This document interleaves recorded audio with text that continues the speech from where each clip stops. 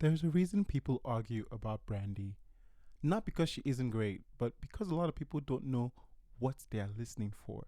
If you grew up thinking great singing meant big belts, loud climaxes, and Olympic level high notes, then to you, Brandy can sound quite subtle. That's because she is. And that subtlety gets mistaken many times for simplicity. But subtlety, my friends, is not a lack of skill. It is a result of discipline. Brandy Norwood didn't just sing songs. Brandy Norwood doesn't just sing songs. She changes the rules. She changed the rules of how singing works. Quietly, precisely, permanently.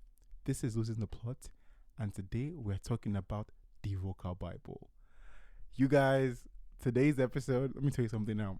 This episode is about to really be losing the plot because this topic, talking about Brandy, is something that I've wanted to do for such a long time. That I do. I literally talk about Brandy to myself. Like I'll listen to Brandy, a Brandy performance or a Brandy song, and I'll be talking to myself about it.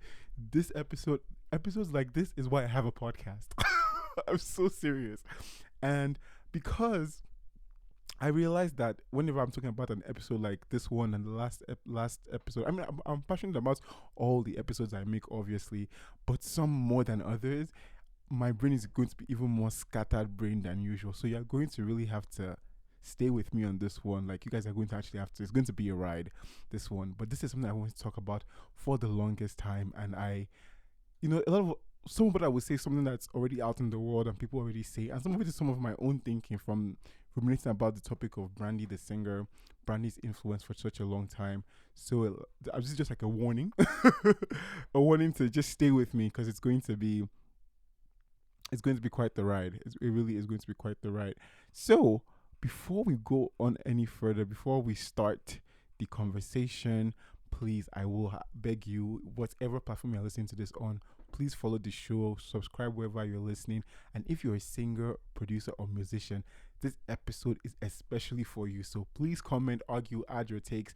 I want to hear all of them because today we're talking about Brandy Rihanna Norwood, the vocal Bible herself. And I'm just so gassed. I love Brandy so much. I think that what does Brandy mean to me? Brandy is I don't think we talk enough about Brandy in the mainstream. I know that musicians, people who sing, vocalists and producers, and people who love music and music is their bread and butter, definitely understand the importance of a Brandy. But I think to the general audience, because of how subtle her influence is, she might, I don't know, I won't say she's unoverlooked, but in my own thinking, we can talk about Brandy more. We can talk about Brandy more. I really, and this is not an exaggeration, but we should talk about Brandy the way we talk about Whitney Houston and Mariah Carey. I said it. We should. And it's even more so because she's still alive. One of the great things about Brandy, and one of the reasons why I'm so happy that she has this title of the vocal Bible is that I'm just happy that she's alive to see how much people love her and how much people respect her and how much you know, people rate her. Those that rate her. I'm so happy that she's alive to see it. So that's enough. Let's get into it. Let's start. It's gonna be a ride. So let's get into it. So for this episode, what I want to talk about is, in my thinking, I believe that Brandy engineered a paradigm shift in modern singing because I really think of R&B and pop music as before Brandy and after Brandy. Because before Brandy, vocal greatness was measured by power. The people that were even Brandy's major influence, and we'll talk about this a bunch today. Brandy's major influence is Whitney Houston. There is no Brandy without Whitney Houston. Brandy grew up singing in the church, and then she saw Whitney Houston one day, and she was like, "I want to do that."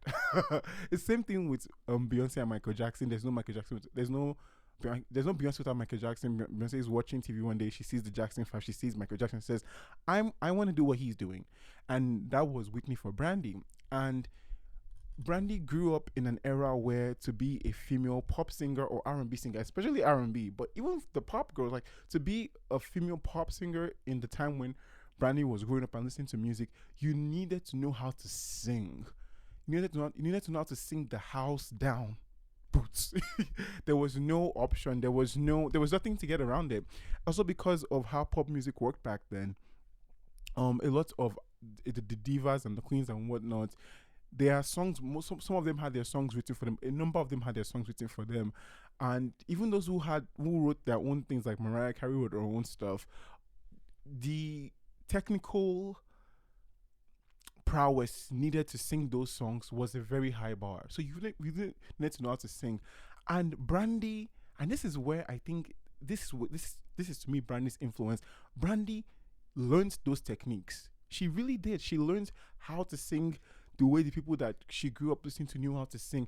But she was able to do something which is not something that every artist can do or every artist knows how to do, which I think is it's a mix of an innate talent and also just discipline and working hard and training your ear and your know-how. Is that she's able to take what she has learned from her inspirations and her source codes and add a layer to it. And the layer that Brandy added to it is the layer of subtlety, singing the house down boots, but not in the way of singing a high bridge, of a key change, of something crazy like that. Something more subtle, and that's the key of why I think Brandy is so powerful. Excuse me. Whoa, excuse me. That this is my first sneeze on the show. Talking about Brandy, we should put that down in like this show's history. Anyway, let's move on. So before her vocal goodness, like I said, was measured by power, it was how high you could sing, how loud you could sing, how long you could hold the note. Can you, Whitney Houston, hold a note? Can you, Mariah Carey, hit a high note? Those were the trademarks. But Brandy said, first of all, and I think this is important, I can. She learned how to do those things. But then she said something different. What if greatness lives in how you sing and not how much? So the core of Brandy's music singing profile is in texture. There's a tone that Brandy has that is just so unmistakable.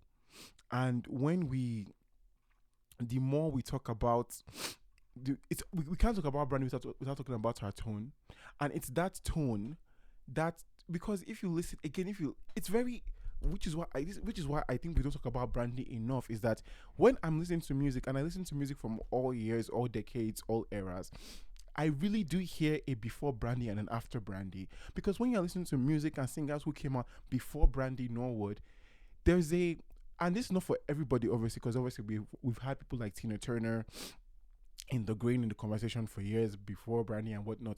But for the most part, when you're listening to singers before Brandy's era, you are listening to, there's a high quality to the singing, in terms of not just high quality in terms of skill, but where the singers are on the keyboard, they are singing farther up in their range. They are really pushing their voice and what they can do. Think about Celine Dion. Again, I'm going to use Mariah and Whitney. I should be using more examples, but I think Mariah and Whitney are just hallmarks of that era and hallmarks of my point. And then you get to Brandy, and after Brandy, we have a Rihanna. We have someone who is not singing so high, who is not doing all these technical things, but is telling a story. And the key profile, the key thing of the voice profile is the tone, the texture. So for Brandy, she sent her texture, but still control. And this is where we will get to this again in this conversation, but this is where Brandy's descendants, in my thinking, veer away from her. Is that Brandy had the texture, which is what is the style. Texture to me can be a matter of style over substance in singing, because when people worry too much about the texture, or when a singer's persona is the texture of their voice and the style which they sing it, that's a great thing because it makes you stand out. But I feel like sometimes most singers or the singers after Brandy lean too much into that, and they don't do the control aspect. Because yes, Brandy had texture, but Brandy has control. Brandy has an ear and knows where things are. Brandy also, in comparison to people that came before her, had intimacy in her singing. When I'm thinking of a song like Vision of Love, I'm thinking of a song like I Will Always Love You. There's a grandness to the song and how it's performed and how it's sang in the studio, where you can see it. You can see someone in a nice, shiny, long black dress and a microphone in front of her with her hair up, and you can see the grandness of it. You can feel the grandness of it on the record. But with Brandy Norwood, I'm thinking about a song like Have You Ever? There is an intimacy. There's an intimacy that it sounds like she's she's talking to you, like she's in the room with you, which again is going to be a part of her technique that people that come after her employ, and we are so used to that kind of. I'm telling you, down to a Billie Eilish and an Ariana Grande in pop music today, that kind of like sound that you listen to in your headphones and it sounds like they're in the room with you, they're in your ear. That is Brandy. That is Brandy Norwood. It's not because when you listen to a Mariah and Whitney song, especially like their biggest hits, they're big songs, they're huge songs. You can see how grand those songs are, but there's an intimacy in how Brandy's songs are shaped and built that draws you in. It's easy listening, but it's so intricate. Which brings me to arrangement as well. So now there's something you guys don't understand how important this woman is. I can't take it. I can't take it. I won't take it. I have a cold today, guys. I'm so sorry. But to everyone that has an ear, I will think of the goodness of Brandy Rihanna Norwood. I will. I will. Because when we're talking about vocal stacks, when we are discussing vocal stacks. Now, for those of you that don't know what vocal stacks are essentially, to make it simple, it would be what you would call background singing. So you normally, when you're recording a song, you have your lead vocal, and then you have other. So you have your main vocal, the main line of the song, where it's like that's the person leading the solo, for example. And then vocal stacks for simple terms is like kind of like the choir, but not exactly the choir, because the vocal stacks. Explaining this in simple terms is very interesting, but it's a challenge I'm up for. So the vocal stacks are your background vocals, they're your background voices, but you can do other things with them that you can probably not do with a choir, which like a choir is, you have a soprano, alto, tenor, bass, da da da. Vocal stack is more intricate, and you can slide in and out of different parts more. For people like Brandy, you can use your vocal stacks to make percussion sounds. Essentially, you can listen to a Brandy song, turn off the production, just a cappella, and you will still have a full song, because she's doing stacks that sound like orchestras. She's like an orchestra. So she's doing a stack that sounds like strings. There's stuff that sounds like, there's percussive stacks. There's stuff that is flowy. There's stuff that is pointy. She's doing all of these things with her voice. And you can see that influence, the Ariana Grandes, the Beyoncés of the world, they also do them, right? So the arrangement of a Brandy song, which is, again, that's an influence that she has on pop, because when you listen to a pop song these days and you expect to hear stacks, you expect to hear not just background vocals, but intricate, specific runs and things in the back that is voice. But that is a post Brandy development in popular music. So not just R&B. So our influence is now veering off just R&B, because again, if you're an R&B singer, you don't have to, but one of the reasons why we call her the vocal Bible is that if an R&B singer and you go back and you listen to Brandy's songs and you sing along to them and you learn them, you will become a technical singer, point blank period. There's just no one or two ways about it. Brandy is the blueprint for modern R&B and pop vocals, and the vocal arrangement and stacks that she does is one of the major reasons why. It's because she uses her voice to do all the parts. So again, how you know somebody does really do good vocal stacks is if you turn off the production, you turn off the beat, the drum, the bass, all the instruments, and you just play the song like that. It will still be very interesting. It will not get boring, because their voice is doing so many things, tucked in so many different places. Again, I would say that the best graduating students of Brandy in this what would I call it? In this element are Ariana Grande and Beyonce. And when you listen to Ariana Grande and Beyonce songs, again, turn off the production. turn off the production of listen to Run the World Girls, turn off the production of Run the World Girls, and listen to just what is going on singing wise. It is insane. Go to Positions by Ariana Grande. Turn off the production. Listen to what she's doing. Go to there's a recent song that she has now. I believe it's Eternal Sunshine. Go listen to Eternal Sunshine by Ariana Grande. Turn off the beat.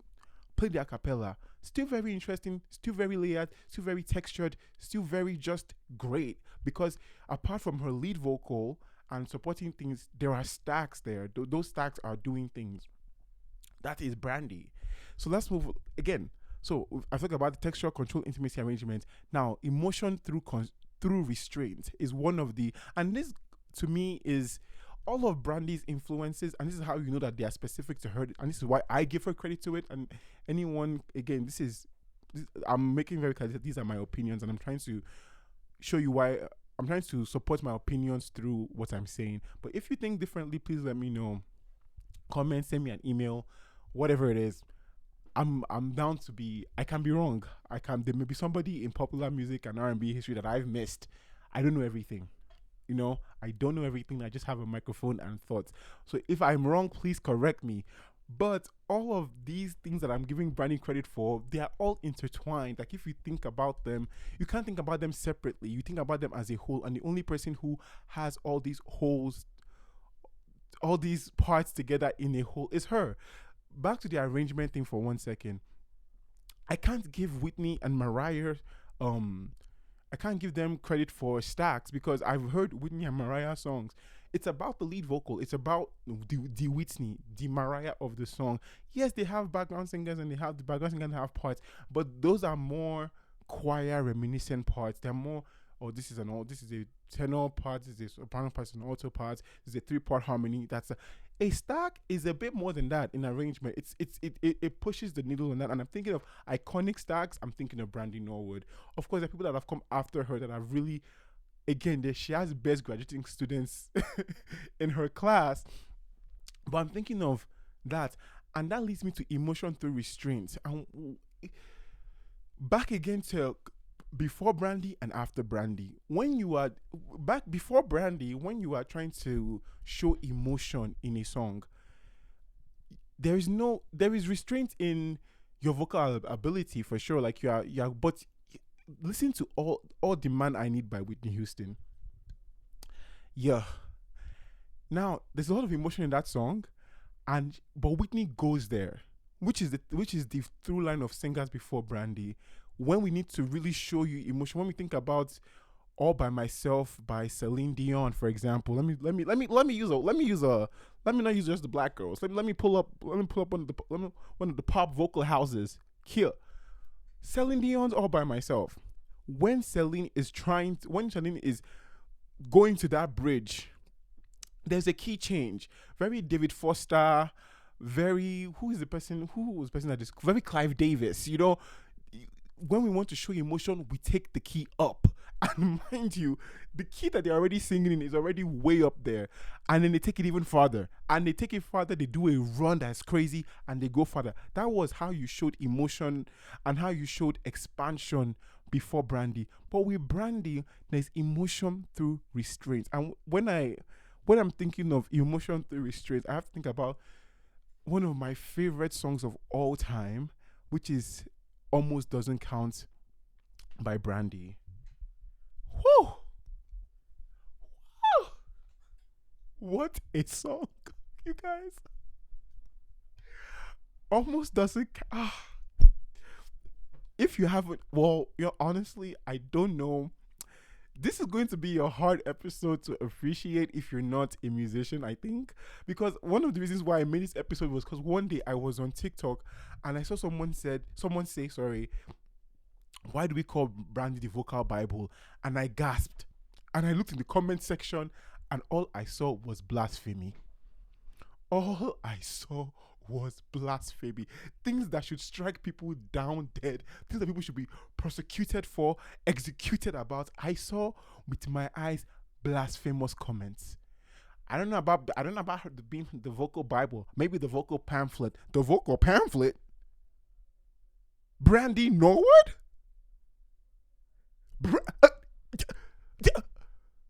I I I oh god. I was exhausted, and all I could think about, like, I was literally pacing back and forth, like, do people not know who Brandy is? Okay, they don't, and that's why I'm making this episode, because I want to be the one spreading the gospel of, you people should. This is going to be a hard episode to really understand if you have not listened to Brandy's music and you're not conversant, even with her hits.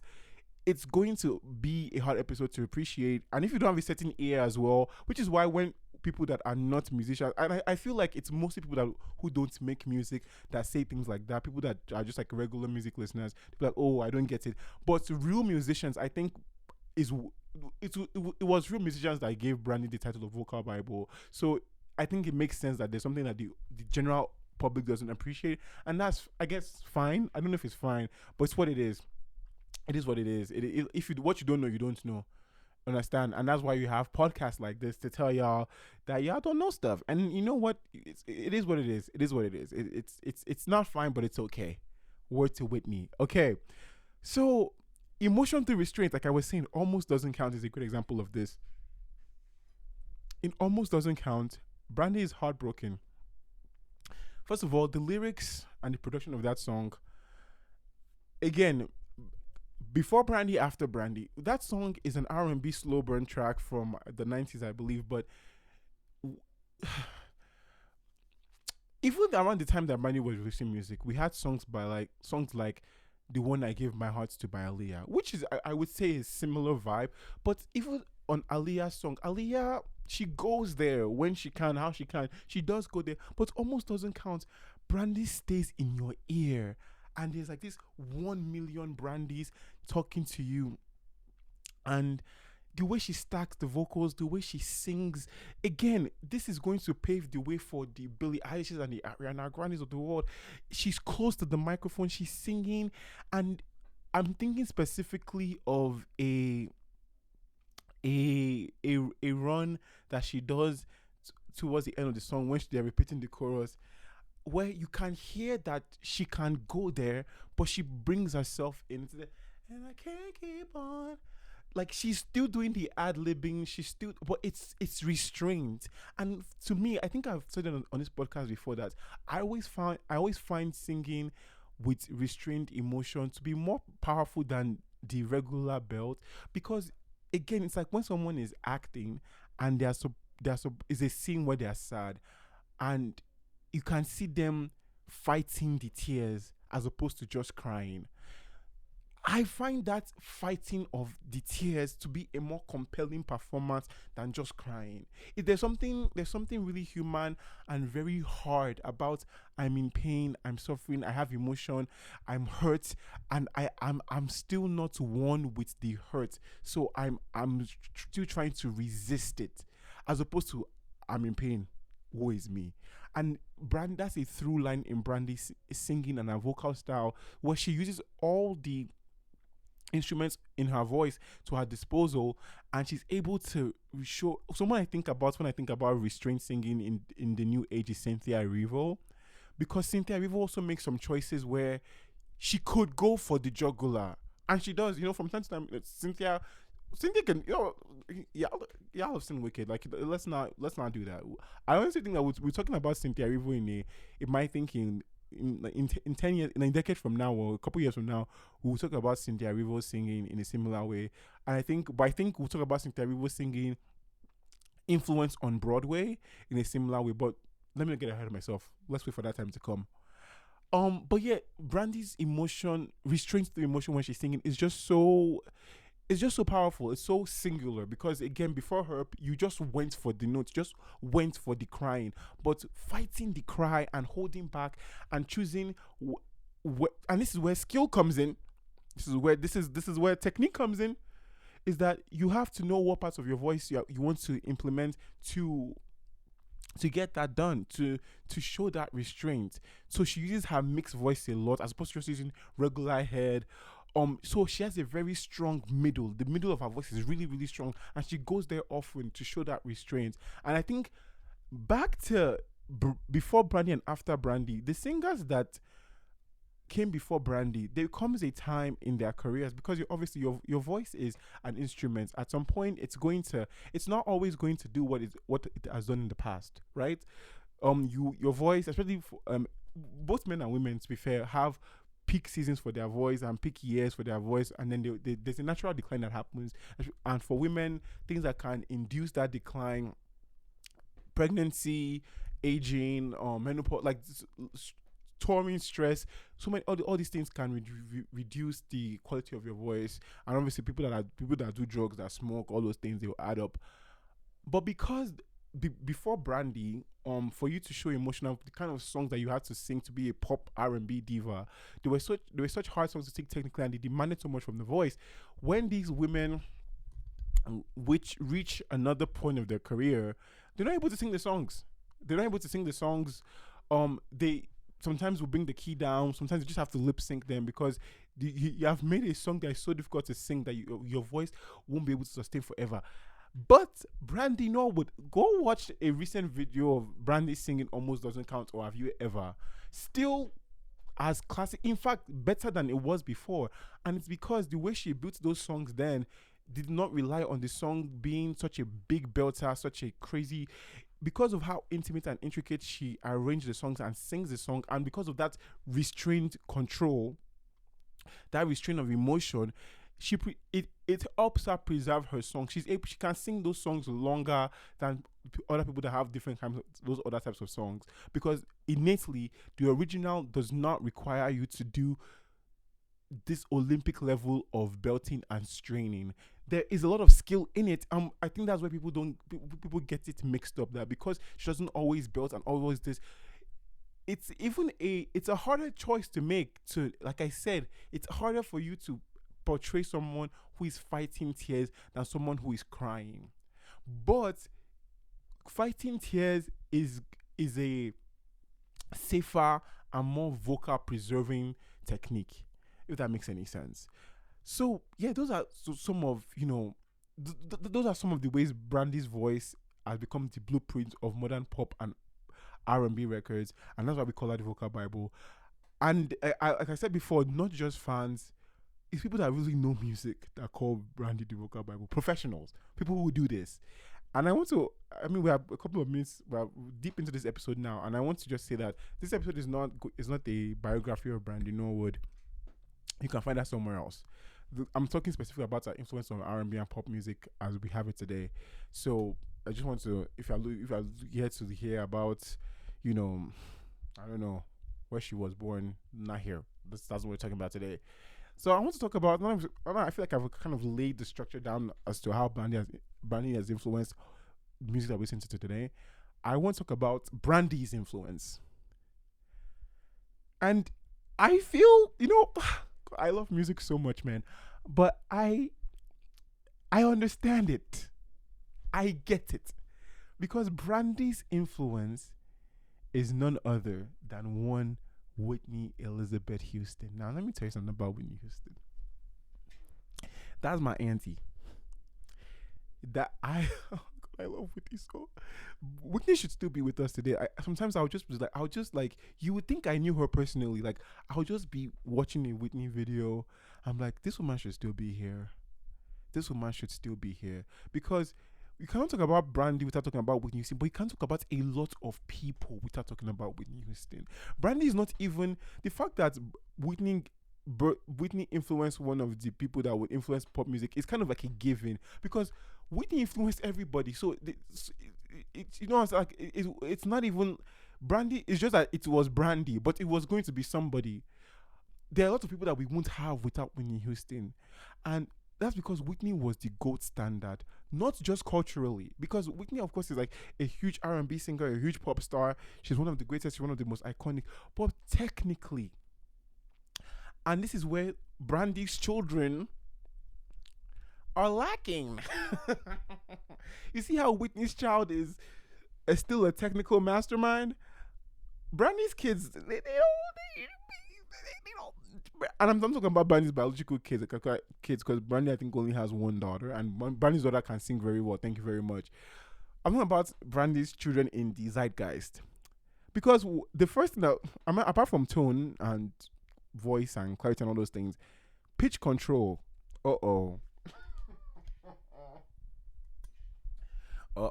I have them triggered in the back. I have the trick. Pitch control. Pitch control.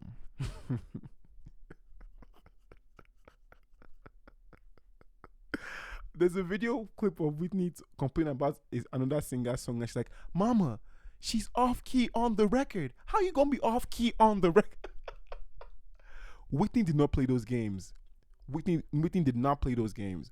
When in the prime Whitney years, and everybody has what they everybody. I feel like everybody's definition of what a prime Whitney year is different. But in all of those, pitch control and Brandy is the same. We sing on key in this house. You know, breath support. Breath support is so integral to Whitney Houston because one thing about Whitney Houston is that she's going to hold the notes forever. You can't do that without breath support. Technical skill, dynamic range, being able to color your voice, being able to make it dark here, put the vibrato here, make it bright here, elongate it here, clarity. Oh.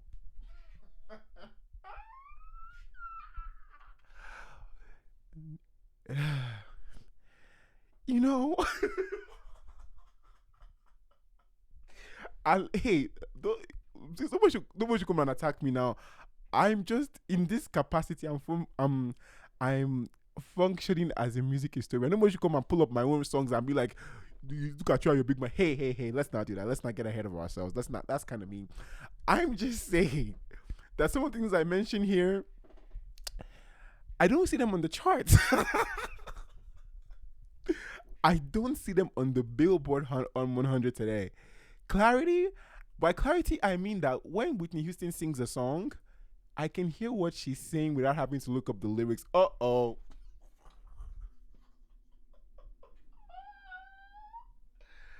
Because some of y'all faves, and I'm not going to name names because I don't want anyone to come for me. But if I cannot Google the lyrics, I'm not going to know what they're saying. Whitney Houston didn't do that. Brandy Norwood doesn't do that. I can hear what Brandy says on songs. I can hear what Whitney says on songs because they enunciate. And they enunciate because they sing with breath control and breath support. And the breath support is assisted with them being on pitch, on the record and live in performance. Y'all. Again, nobody should come for me because I'm sure you can find videos of me on the internet singing crazy. So don't do that. I'm just saying, and I'm working on my own. I'm working on my own technique as well. You understand? I'm working on my own technique.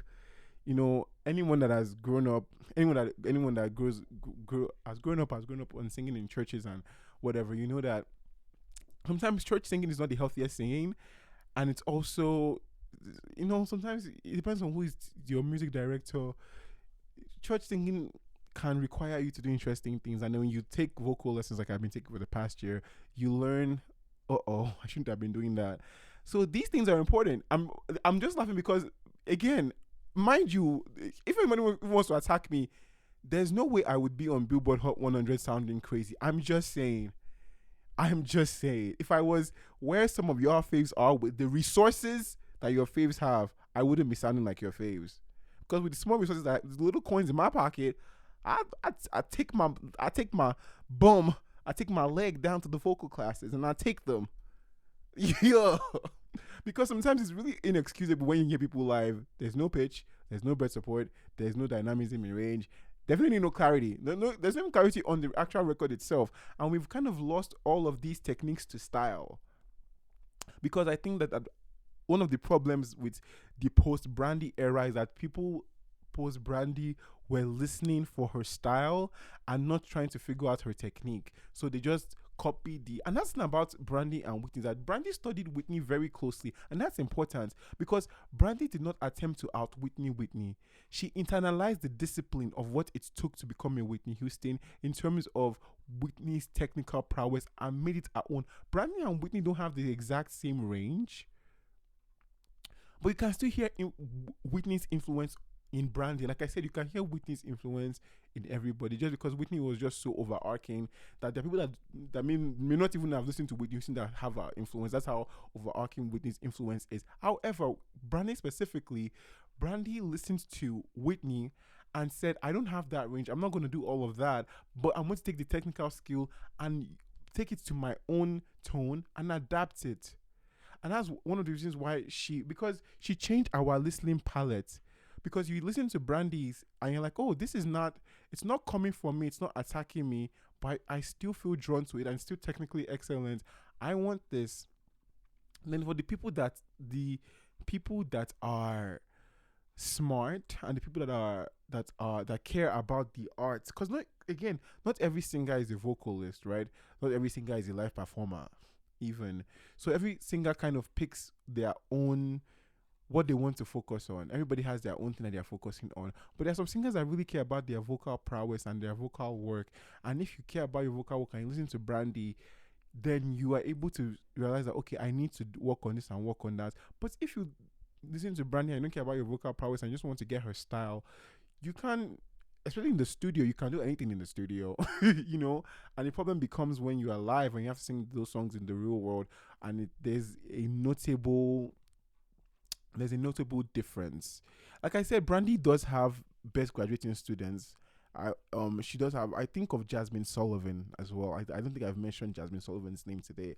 I think of Jasmine Sullivan. I think of a best graduating student. The tone is there, but Jasmine has texture. Jasmine has control. Jasmine has intimacy. Jasmine has arrangement. Jasmine has emotion through restraint. Jasmine doesn't go for the jugular every time. Jasmine is the queen of runs and ad libs, but it is never a mess. It's never messy, and that's something that I'm working on, like myself. It's hard to do clean runs. Like these things are hard. That's why you have to care about them to do it. These things are difficult to do, but Jasmine's runs are never messy. They're never clunky. They're never dodgy notes there. It's going to be a run and it's going to be clean. It's going to be it's going to be a run and it's going to be Whitney level, because like I mentioned before, Whitney is the gold standard. So if we want to sound like these women, we don't want to just do that. So again, Brandy has internalized Whitney's discipline and then redirected the expression. So where Whitney would project outward, Brandy folds inward. Where Whitney's voice would lift the roof, Brandy leaned into the room. So she took Whitney's technical foundation and applied it to intimacy and said, okay, my mentor likes to go big or go home. I want to go home. I want to go home. I want to go home but I want to still, I don't want to go home and be a doll, be dull rather, but I want to go home and do my own thing and take it to a different level. So that is one of the things that makes Brandy so iconic, is that she takes all of that Whitney Houston learning and she makes it her own. She takes all of that Whitney Houston training and she finds a way to again take it inward and not blow the roof off the house as you may have it, but do something that is very particular and singular to her. Especially given Brandy's range. Brandy's range is a huge part of Brandy's influence, because her range and what she chooses to sing is so low and it's not super high. It's not trying to bring the house down or whatever. It it helps it helps our understanding of it helps our understanding of her, what she's saying, and it makes everything sound more intimate. It makes everything sound more of the room, in the room with you. And that restraint requires confidence. You don't get to that kind of restraint just without practice. Like practice is something that is really missing in our pop landscape today. People are, again, it's kind of like a double edged. So people are blowing off songs they made in their room and they're not going through the entire training, and but it's showing in the music, it's showing in the live performances that things are not what they used to be. So I would say that Whitney gave Brandy tools And Brandy was able to successfully take those tools and create a language, which is very important in, excuse me, talking about Brandy. Okay, so I think one of the things I want to do today for sure is talk about um I want to talk about specific Brandy songs, which is what I want to get to. I feel like one of the best ways to understand, especially because I feel like obviously that if there are people watching this that have never cared for Brandy, or even I won't not even cared but just never thought about her, that this can be a moment of core education of where you should start, what you should look out for, and why again when you hear when the next person when you hear someone say, "Oh, Brandy is the vocal bible of R&B and pop music," you're like, "Oh, I know why." And even if it's not, even because it's okay for that's also one thing that I feel like it gets so misconstrued in today's discourse culture, is that it's okay for something not to be your own particular cup of tea, but you can still acknowledge that it's important. Because I feel like a lot of times people are like, okay, this is not my cup of tea. I wouldn't listen to this music. I don't like this music. It's not my thing. And because of that, it is not valid. That is such a nonsense sandwich for me. Because even if something is not your cup of tea, or if something is not your to your taste or to your liking, or like you find it impressive but you won't come back to it, it does not then now deride or make the the influence of said thing to be even to be less or insignificant. Does that make sense? It doesn't mean that okay, because I don't like it, it's not important. It just means that you don't like it, but you should be able to step out of yourself and be like, okay, even if I don't like this one thing, um, I can I can agree that it is impressive and it is important. And that's which is why one of the reasons why when people I watch those videos where people are like, Brandy Norwood vocal bible, she's a vocal pamphlet, I get upset because I'm like, okay, I understand that this might not be your taste, and your taste is very curious to me. If Brandy is not your taste, that's a very curious taste. But you know what? It is what it is. Like, not everybody will like everything. Not everything's for everybody by design. We are all humans and we're all different. But Brandy erasure is just, to me, insane. It's crazy. And one of the reasons why I find Brandy, again, talking about Brandy's as I Brandy, the Brandy Whitney thing, was that Brandy was able to do one of those cool things that doesn't happen to everybody, where she was able to work with the woman who inspired her. So I'm sure you guys know that Brandy was Cinderella. I think she was Disney's first black Cinderella. And in Cinderella, very iconically and very meta, Whitney was her fairy godmother. And when Brandy was acting alongside the woman whose voice she had looked up to and trained her, she was able to stand next to her. She was able to hold her own next to Whitney in Cinderella because she was able to take Whitney's lessons, and Whitney, I'm sure, I'm like Whitney always said, Whitney recognized that in her. Whitney was like, you know what, like I'm impressed by this because you're not me, but I can see my influence in you, and I can see how much work you are putting to to um to get to that. Again, I've said it before. I'll keep saying it again. You do not get to a singer like Brandy without discipline. Full stop.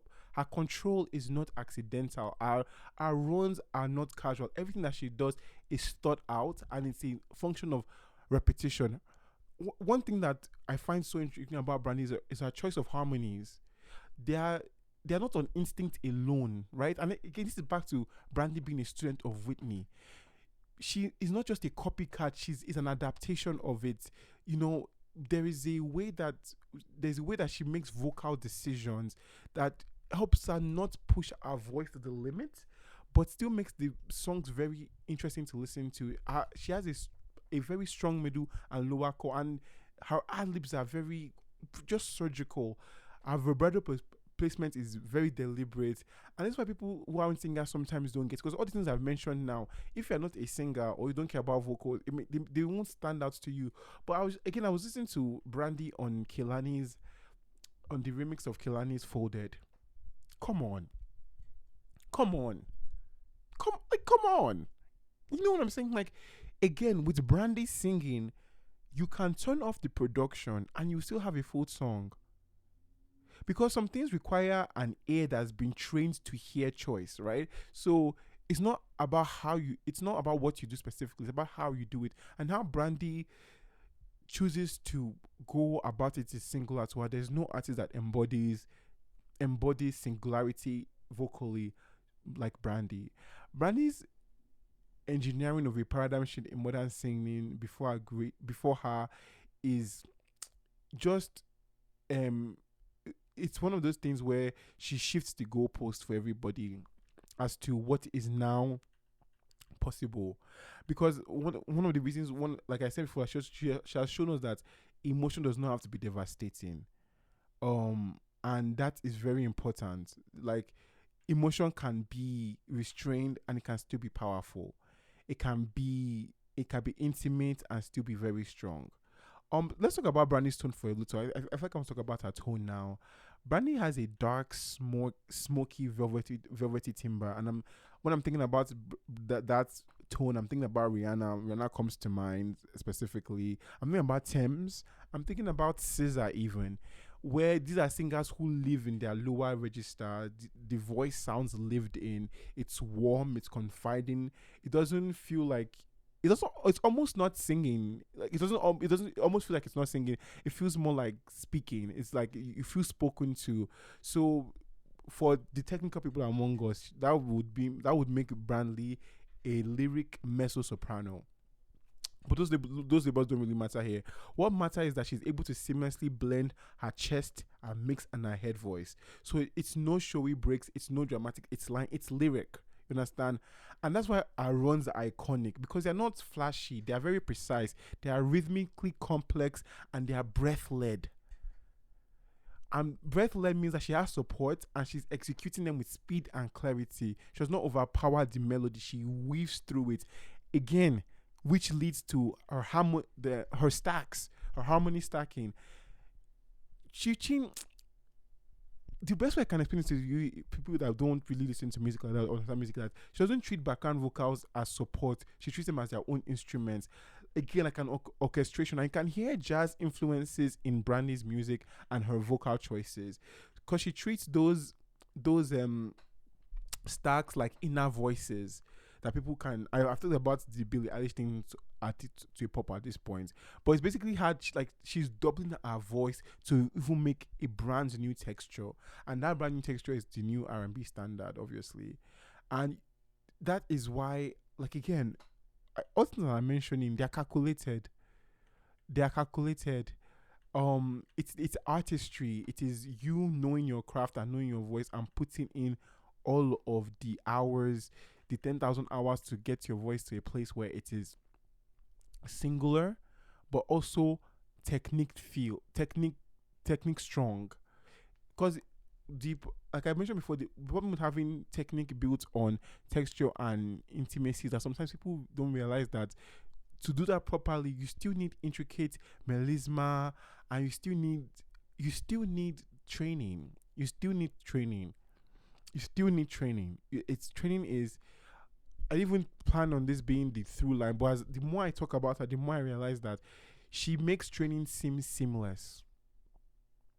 She makes training seem seamless, and because of that, people go for the vibe and the they miss the they miss um they miss it. And one of the people that I know I've talked about Rihanna briefly, but I'll talk about her a bit more. Is that there's a way Rihanna sings where it's very talk singy, and Caesar has this as well. And that talk sing delivery and atmospheric phrasing that Rihanna has, that is a note from Brandy's Bible. That is a chapter in Brandy's Bible. That conversational and textured approach is from Brandy's Bible. Another thing, like I mentioned, which almost doesn't count, the intimate confessor, the using layer harmonies and vulnerable delivery and intricate runs that Caesar does. That's in fact, whenever I hear Caesar, I'm like, thank you, Brandy. Again, Caesar doesn't enunciate as well as Brandy, and I don't think Caesar. I think Caesar would agree that she's not as technically sound as Brandy, but that approach that texture delivery approach. A lot of people call it cursive singing, and I think I again, this is my opinion. I trace that back to Brandy. Also thinking about artists like Janae Aiko and Summer Walker, where they use that hushed, intimate vocal and harmonic thing. That's something that Brandy brought to the table for us. And I've mentioned Ariana Grande here as well. Because Ariana is unique and interesting because Ariana really does pull from a lot of people. You can tell that Ariana is a real student of music. She pulls from a lot of different influences, and obviously she pulls from Mariah Carey. That's very obvious. But she also pulls from Brandy. You can hear that especially in Ariana Stacks, and I've mentioned Beyonce as well. I've mentioned Jasmine. Oh, Jojo, just Jojo, not yeah, Jojo. Also, you can hear Brandy in that. So with Brandy's children, musical children, they're kind of split in two, where you can see those ones that have chosen substance over style, and you can see those ones that have chosen style over substance. And I think that Brandy's detractors might argue that our emphasis on texture and layering and subtlety came at the expense of raw power and soul, because Brandy's music is the quintessential studio crafted music. One of the difference between Brandy and those that came up before her is that you can't make you a Brandy record is very obviously made in the studio. When you see Mariah Carey songs, yes, they sang them in the studio, but they could sing them live. It would pretty much be the same thing. But you can't do all those stacks live. I guess you technically could, but there's a shine and polish that comes with a Brandy record that some of our children have taken, and because they don't have a level of technique, they can't translate it live because of how studio intensive that is. So for the pro Brandy argument, which is me, I think that she really defined emotional expression itself by using control, harmonic depth, and a really intimate tone to convey very complex feelings. Again, I'm thinking about Almost Doesn't Come, but there's also Have You Ever.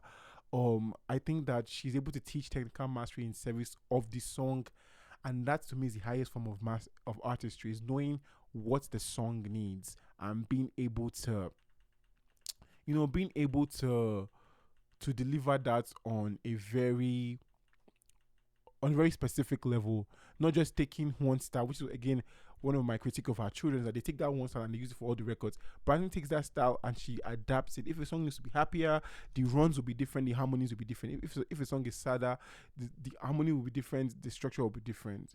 So, and then another thing about Brandy I want to talk about as well is the production of our records. Brandy's production, again, all of this is intertwined. His Brandy's production is very subtle. It's not overpowering. Her voice is the thing, so the production behaves as such. So the production Brandy's songs. The production never gets too in your face. Everything is kind of woven into each other. Again, because she uses her voice as an instrument as well, there's this kind of mix of both of them. I'm thinking specifically of a song like "I Wanna Be Down." "I Wanna Be Down" is a quintessential Brandy song to me. It has that conversational phrasing, relaxed delivery, and that this was her as a teenager, mind you. But it still has this softness and confidence of technique. I thought about Almost Doesn't Count, and that's just my song. That's my song. And one of the cool things about, apart from it being a masterclass in phrasing and breath restraints, and should we talk about phrasing today? Should we talk about phrasing and singing today? Because y'all don't know how to phrase lyrics, and and I think we take a lot of things for granted in pop music today, because a lot of pop singers today obviously have never taken songwriting classes, and it shows in the lyric writing, and it shows in the phrasing and the delivery, that y'all have never spent a day in a songwriting class, and that's a problem. Because I'll I'll talk about phrasing a different day. I don't want.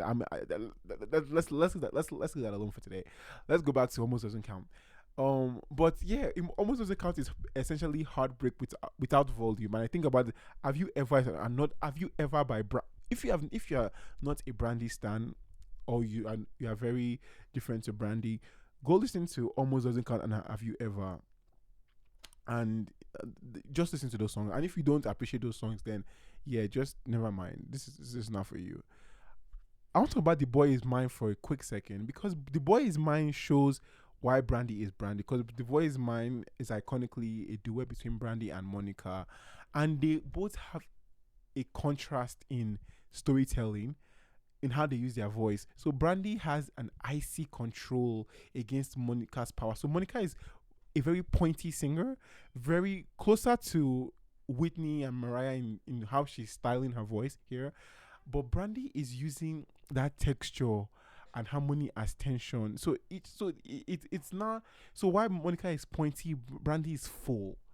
And Boy's Mind is a great example of what Brandy's influence in how. So Monica would be representation of the old guard in terms of how she's singing, and Brandy is representing the new guard in how she's singing. Um. Okay, so we've talked about Brandy's legacy. We've talked about how she influenced Rihanna's talk sing delivery.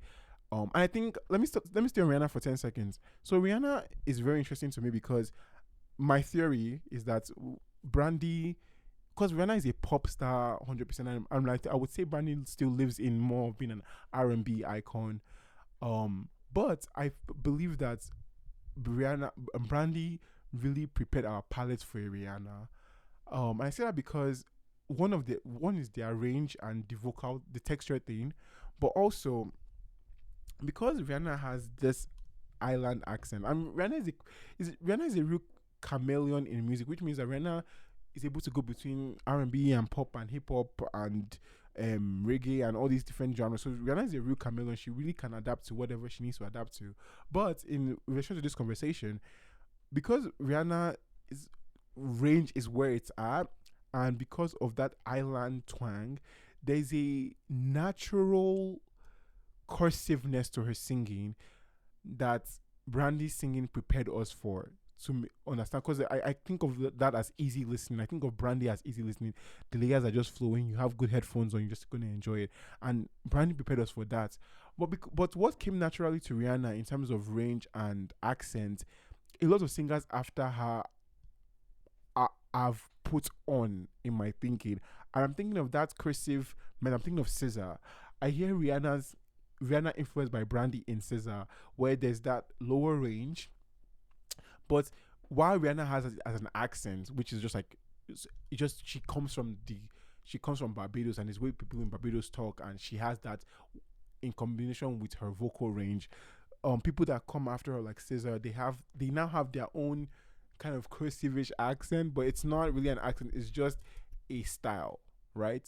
I thought about Ginny Aiko's Hushed Intimacy, kind of similar to Rihanna's Toxic Delivery. So my Walker, I think, shows more of Brandy's restraint in singing, and Ariana Grande stacking. And even Beyonce, we'll talk about Beyonce a little bit. Beyonce's harmonies does carry Brandy's fingerprints in terms of the stacks, and again, turn off the production and you just listen to them, you hear a voice that producers can build a world around, because her voice is so instructional. It teaches you how to sing without screaming, and that is that's how I draw that line in my head of the Brandy influence on the girls that came after her. And why does this matter to me? It matters to me because R&B is a huge part of pop music right now. The techniques pop singers use today, layering, conversational tone, hushed intimacy, textured vocals, those are roads that run through Brandy, the roads that Brandy created. She normalized the unconventional vocal use of your voice before it was fashionable, and she made space for feel over force. And that's why she's alive. That's why I'm glad that she's alive to see her influence play out. I think it matters. I think it matters that um people who put in so much work in changing how we create music and enjoy it are able to see how their work has influenced people. And I would say that um all of this thing I've talked about with Brandy, um the most powerful part of everything to me is that she has taught singers, male and female, how to how to use silence, how to sit in space, how to let an emotion breathe over a record, how to influence even the producers to think about the voice. Everything, even when you think you have heard everything that Brandy can do, I always think that you always find a new color. And I'm thinking about her youthful tone on Come a Little Closer, um, the raw abrasion of Aphrodisiac. I really love 211. 211 is an album by Brandy. I don't think it gets talked about enough, but that's one of my favorite Brandy records is 211. I think that's a great song. And yeah, so those are my thoughts on Brandy Norwood. I really I'm really glad I got to make this episode because again, it's something I think about from time to time. I think about her a lot. I think about her a lot. I think about her a lot. I think because I hear her in different people at different times. I'm like, oh my god, that's Brandy. That's Brandy Norwood. Brandy Norwood's voice carries more than melody. It carries memory, mood, meaning. She sings in layers of harmony, of discipline, of restraint. She didn't just create a style, she created a method. And that's why she's your favorite singer's favorite singer. That's why she studied more than she celebrated. And that is why she is the vocal Bible. If this episode resonated with you, please comment. And if you sing, tell me where you've heard Brandy's influence. Follow and subscribe where you're listening. I love you for listening. This is Losing the Plot with Adeoluwa. Stay crowned, guys.